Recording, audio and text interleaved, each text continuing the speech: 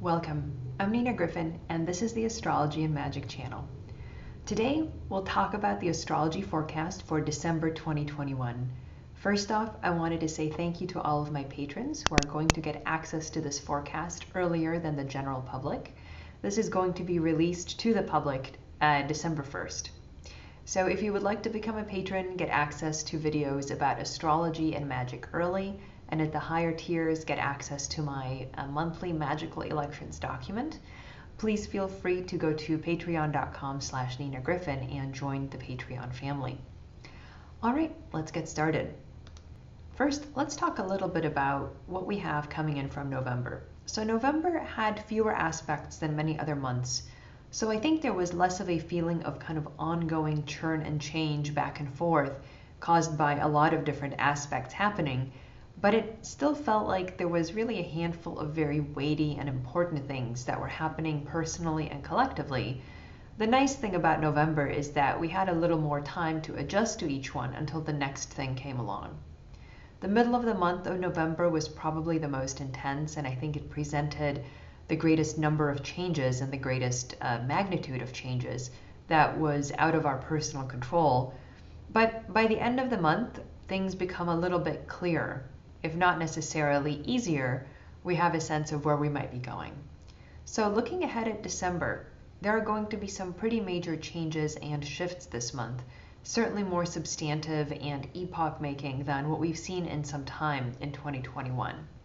So week 1 of December starts off with December 3rd's total solar eclipse at 12 degrees Sagittarius. This is the first lunation since early September that doesn't directly involve Mars in some way, either as a ruler or conjoining or opposing the lunation.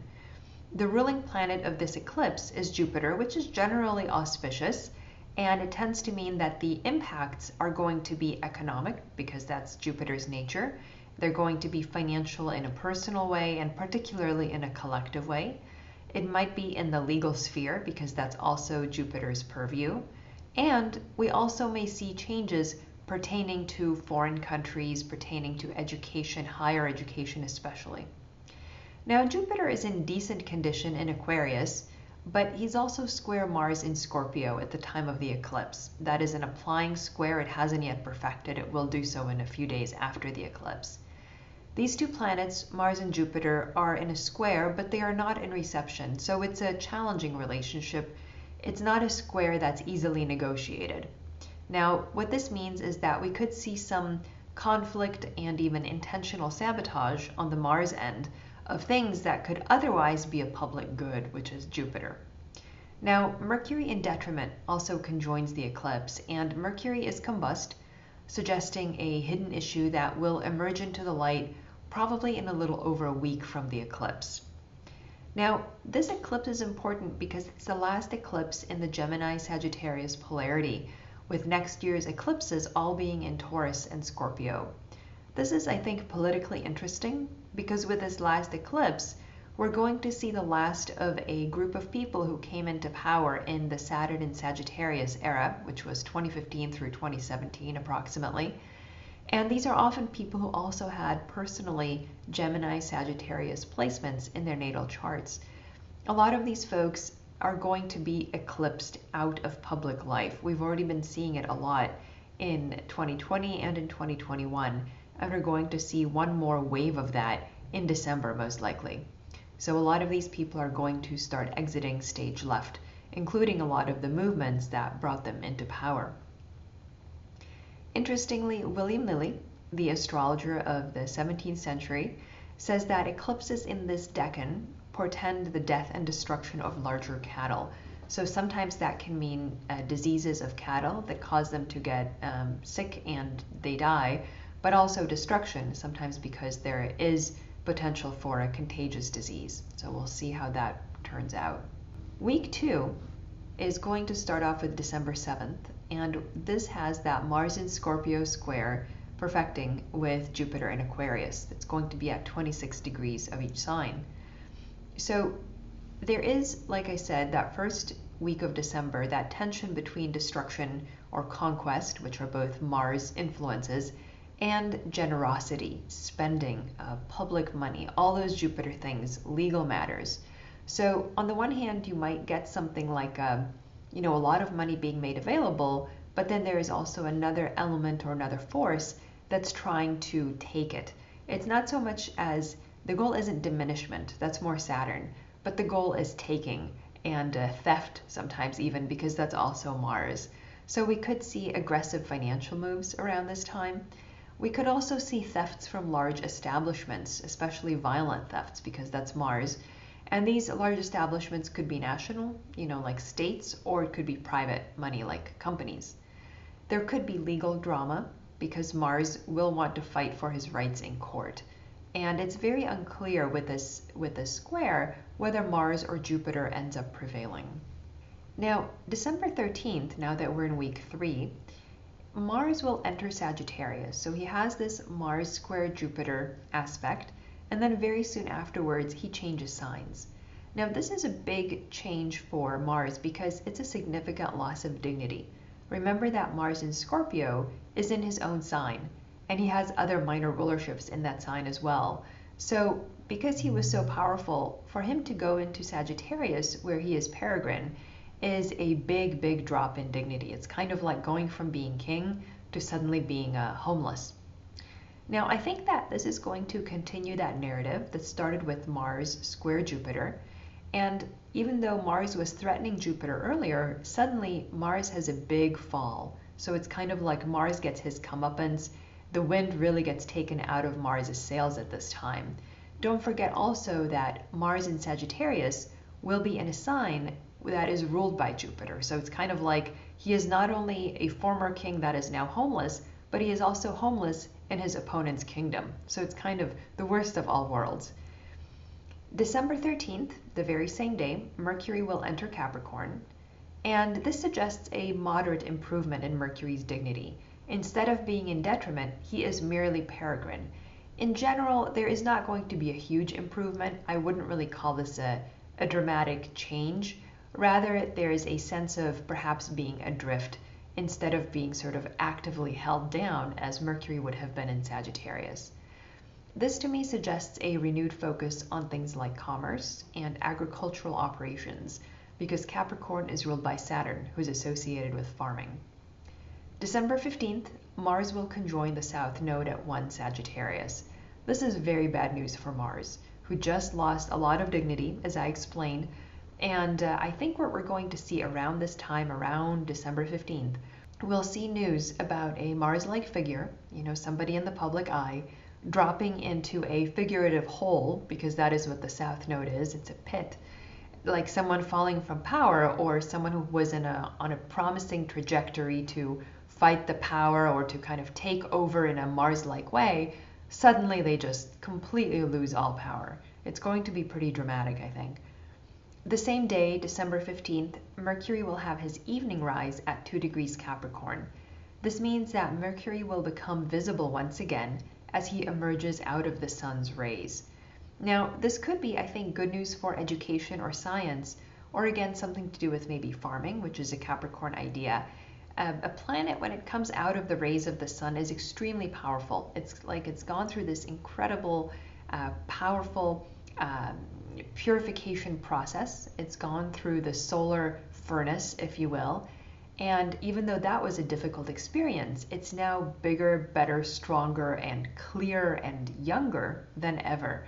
So there's definitely a sense that whatever Mercury represents, which again, often it can be education, and sometimes it can be younger children, is going to come out really strong here. Now, December 18th, we have a full moon at 27 Gemini. Now, Mercury is very strong and emphasized here because he's the ruler of the lunation, having just risen from under the sun's beams. So he makes no major aspects in the full moon chart, and there is a sense here that a period of struggle or that purification had just come to an end with Mercury victorious. So there's a real kind of climax of power that Mercury is experiencing. It's very interesting to me how Mars really loses power in the middle of December, and then Mercury kind of comes up as a dark horse, if you will, to suddenly take the lead and to win a contest. So I wonder if this has implications for maybe elections that are happening around this time in the middle of December, where the previous forerunner suddenly just kind of loses it and somebody else comes in. This is the kind of dramatic change that I would expect in the middle of December. Week 4 is actually very active. It's certainly the most active week in all of December. So December 19th, Venus will turn retrograde at 26 Capricorn. And it's interesting to me because in the US at least, Venus retrograde is often associated with increased visibility of issues of tolerance and racial justice or injustice, etc. So this year, there could be a lot of concern related to people who are at the very bottom rungs of society, people who are homeless, who are refugees, who are very poor, who don't get a lot of visibility. I say this because Capricorn, again, is ruled by Saturn, which generally has to do with people who are typically forgotten and who do the most humble kind of work. The same day, December 19th, the Sun in Sagittarius will sextile Jupiter in Aquarius at 28 degrees. And so this is a nice aspect where the Sun is received into Jupiter's domicile, so it really strengthens that sextile, it strengthens their bond and relationship. I think that there is an opportunity around December 19th for justice or some kind of good deed that's done by people in authority because the Sun is involved. So maybe it's a good day to ask your boss for a raise, make them feel good about it. December 21st, the Sun will enter Capricorn, and this is the winter solstice here in the Northern Hemisphere, and it's the Capricorn ingress. If we set it for Washington, D.C., we can look at it as collective influences that are impacting the United States over the next 3 months. Now, out of all the ingress charts this year, I like this ingress the most. It has its own issues, but I really like the fact that Jupiter rules the ascendant because Pisces is rising, and Jupiter conjoins the ascendant as well. The moon in Cancer here is afflicted in the 6th house, opposing Venus, who rules the 8th house. So we could see elevated mortality, but also we could see elevated anxiety, right? Don't forget that the moon represents the overall mood, the way that people are thinking, the underlying feelings of people at this time. However, Jupiter on the ascendant gives us a very concrete and real reason to hope that things will get better in a real way, rather than just false hope. Now, December 23rd, we get Saturn at 11 Aquarius, square Uranus at 11 Taurus. Now, this is probably the most important aspect all month. Saturn squared Uranus 3 times this year, symbolizing that eternal struggle between anarchy on the one hand and authoritarianism on the other. And of course, the ongoing compromise that society has to keep negotiating, keep working out to figure out where on that spectrum they want to land. Now, this is the last aspect of the 3 this year, and it's going to obviously happen in December, but we'll feel it into January. And we could see where that compromise finally lands, after everything that's happened this year, certainly in the United States, but elsewhere, we can see where do we start to land, where did that negotiation end up. Now, the other association with this combination, as viewers will know, is epidemic disease. So I am hopeful that after 2021, COVID starts becoming less of a problem, either because it becomes less infectious or there are better treatments or medicines available, or both. Now, what's interesting is that Saturn and Uranus in 2022 will be as much as 9 or 10 degrees apart, but there is a period where they are less than a degree apart. They won't quite make that aspect again, but they're going to get quite close. So 2022 overall looks better than 21 for their significations of, I would say, social unrest, of epidemic disease, except for that period where they draw close again and they're going to be, again, less than a degree apart. Now, December 28th is a major event this month, and that is Jupiter entering his own domicile of Pisces. We've noticed that there's often a sudden rush of, I would say, much needed optimism and hope when Jupiter enters Pisces, but the flip side of it is also blind faith. One of the problems with Jupiter in Pisces is when people ignore the facts in front of their eyes because of something they want to be true, even though, again, the reality seems very different. It's sort of a culprit in magical thinking.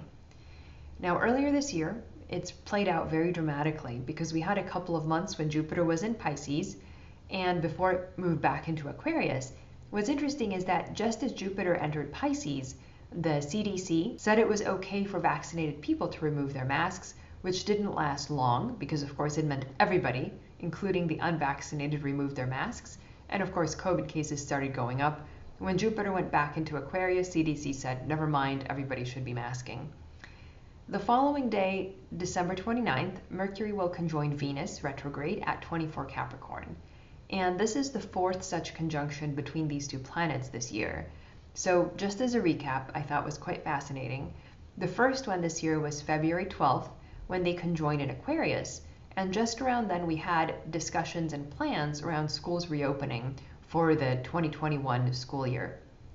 April 25th, they conjoined again in Taurus, and President Biden designated the killing of Armenians by the Turks as a genocide. So again, we have those Venus issues of tolerance, racial injustice, things like that.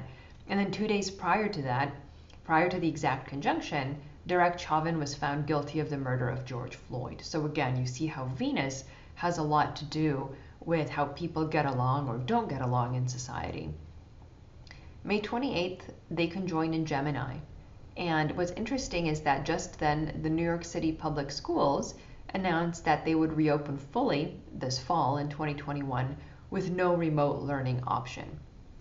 Now, this last conjunction, December 29th in Capricorn, will similarly likely see an important school or child-related development. It's hard to know if it's education or if it has to do with health, like vaccines for little kids, or also, of course, trying to heal ethnic or racial injustices, which do often come to the fore when Venus is retrograde, and she will be retrograde when this last conjunction happens. So watch for that, see about any important announcements or news items in these areas around December 29th. So to summarize, December is going to be an important milestone of a month, and it's very appropriate in a way to close out the year with a hope for better times ahead. Certainly in 22, Saturn-Uranus will be well separated most of the year, giving us a chance to catch our breath in a way that we really haven't since the pandemic began. All right, thanks for watching. Be sure to subscribe to my YouTube channel to get notified of new videos, and I'll see you next month.